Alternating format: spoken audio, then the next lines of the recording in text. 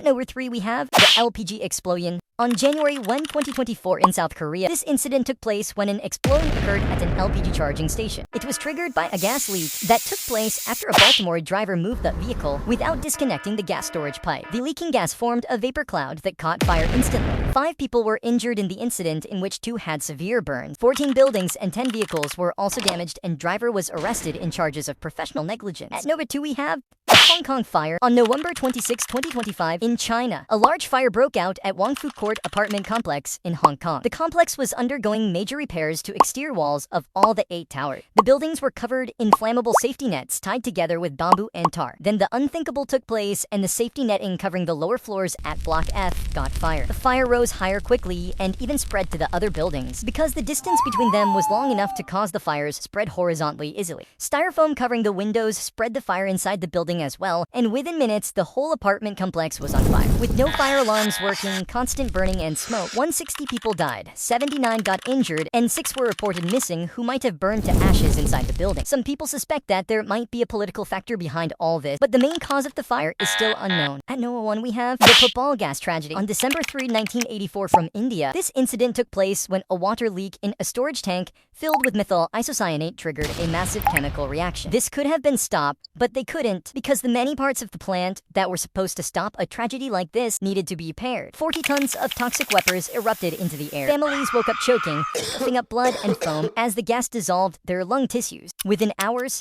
thousands were dead. Bodies piled up in the streets. 20,000 people flooded overwhelmed hospital. The incident caused more than 38,000 temporary partial injuries, while more than 3,900 permanent severe injuries. 8,000 people died within 2 weeks of the incident, and another 8,000 or more died due to gas-related diseases from the chemical exposure. Family members of the victims killed and injured people were compensated by the government. 3 people, including plant superintendent and production assistant, were fined and sentenced to 2-year imprisonment. But shortly after, they were all released on bail.